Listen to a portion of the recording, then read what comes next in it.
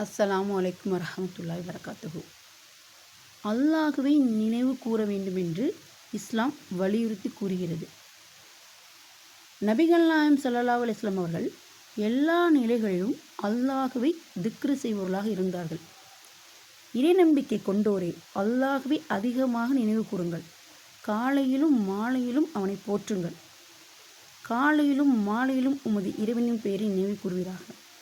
அல்லாஹுவின் தூதர் ஸல்லல்லாஹு அலைஹி வஸல்லம் அவர்கள் தம் இறைவனை நினைவு கூர்ந்து போற்றுவருடைய நிலை எப்படிப்பட்டதுன்னா, உயிருள்ள நிலைக்கு ஒத்தானது.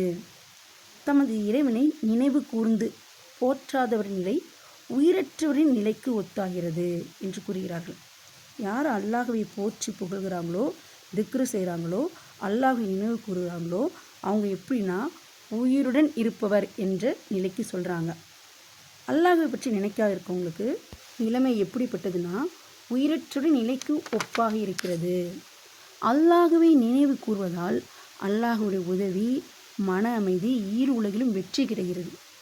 எனவே அல்லாஹ் தன்னுடைய திருமறையில் சொல்லும்போது, என்னை நினைவு கூறுங்கள், நானும் உங்களை நினைவு கூறுகிறேன், எனக்கு நன்றி செலுத்துங்கள், என்னை மறந்து விடாதீர்கள்.